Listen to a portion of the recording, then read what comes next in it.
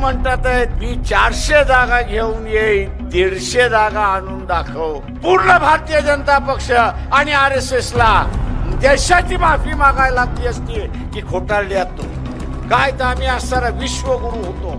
अरे पहिल्यांदा गल्लीतले गुरु व्हा आणि मग विश्वगुरु व्हा, तर तुम्हाला ठोकल्याशिवाय राहणार नाही एवढं लक्षात. तुला बडवल्याशिवाय मी राहणार नाही आणि नंतर ज्यांनी आदेश दिलाय त्याला आम्ही बडवल्याशिवाय राहणार नाही लक्षात. काल वर्धा येथे वंचित बहुजन आघाडीची महाएल्गार सभा पार पडली. या सभेला लाखोचा जनसागर उसळला होता. यावेळी प्रकाश आंबेडकर यांनी तुफान फटकेबाजी करत राज्यातल्या फडणवीस शिंदे आणि केंद्रात मोदी शहांचा चांगला समाचार घेतला. प्रकाश आंबेडकरांनी अक्षरश भाजपचा इतिहास काढत पितळ उघड पाडलं. मोदी खोटाडा आहे, तो विश्वगुरु कसला, तो गल्लीतला साधा गुरु देखील व्हायच्या लायकीचा नाही, असा जोरदार हल्लाबोल प्रकाश आंबेडकर यांनी मोदी शहावर केला. धैर्यवान फुंडकर हे असणाऱ्या पक्षाच्या वतीने महाविकास आघाडीमध्ये बोलवलेल्या बैठकींना हजर राहतात, वंचितच्या वतीने हजर राहतात आणि त्यांना निरोप येतो काँग्रेस पक्षाच्या वतीने की तुम्हाला अशोक चव्हाणांशी बोलायचं आहे. आणि आपण काय बघतोय तर अशोक चव्हाणच गायब. आता त्यांनी बोलायचं कोणाशी?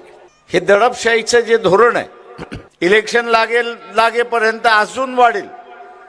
आपण काही नावं सोशल मीडियावरती ऐकतोय, मध्य प्रदेशमधली आहेत, महाराष्ट्रातली आहेत, ते बीजेपीच्या खेम्यामध्ये जाणार आहेत.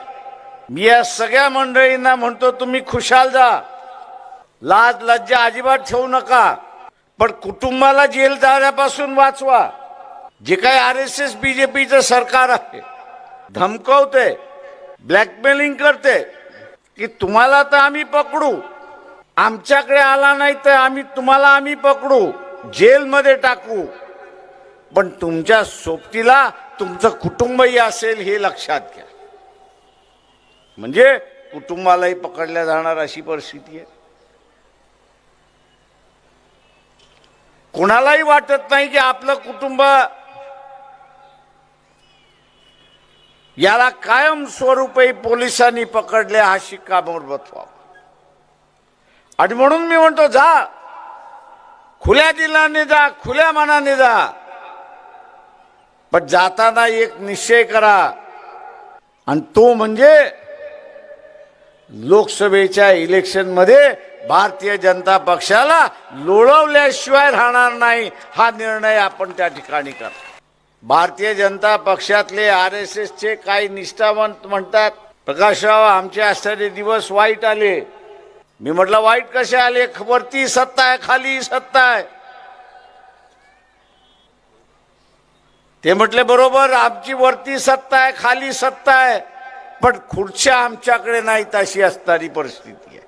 सत्ता वरती आणि सत्ता खाली आहे, पण खुर्च्याच नाही आहेत, ते दुसरे जणच पळवतायत अशी परिस्थिती आहे. तर मी त्यांना विचारलं डोक्यामध्ये काय चाललंय एवढं फक्त सांगा. मी त्यांना म्हटलं डोक्यामध्ये काय चाललंय तेवढं सांगा. ते म्हटले अजून तुमच्या सभा मोठ्या होऊ द्या. म्हटलं आमच्या सभा मोठ्या होतील पण त्याच्याने तुम्हाला काय? इशाऱ्यामध्ये म्हणतात आगे आगे देखो क्या होता है. म्हटलं तुमचा इशारा माझ्या लक्षात आला. जे गेलेत आणि ज्यांना उमेदवारी मिळणार त्यांचं काही खरं नाही असं मला त्या ठिकाणी दिसतंय. म्हणजे आगीतून फुफाट्यात झाल्यासारखी त्याची परिस्थिती होईल की काय अशी शंका आहे. म्हणजे जो गेला तो राग घेऊन गेलाय, तो राजी खुशीने गेलेला नाही. कुटुंबाला जेलमध्ये टाकेल, कुटुंब जेलमध्ये जाऊ नये म्हणून तो असणारा पक्षांतर करतोय. आणि दुसऱ्या बाजूला जो ओरिजिनल वर्कर आहे, ज्यांनी हे सगळं उभं केलंय, तो असणारा म्हणतोय वरची सत्ता आली आणि खालची सत्ता आली पण मीच उपाशी राहिलो अशी परिस्थिती आहे. आता ह्याला आग मीच लावल्याशिवाय राहणार नाही हे असणारा लक्षात. ही परिस्थिती त्या सर्वेक्षणकर्त्याला दिसत नाही. जे सर्वेक्षण आले, मोदी म्हणतात आहेत मी 400 जागा घेऊन येईन, आम्ही मोदीला म्हणतोय 150 जागा आणून दाखव. आजच्या परिस्थितीमध्ये 150 जागा तू आणून दाखव.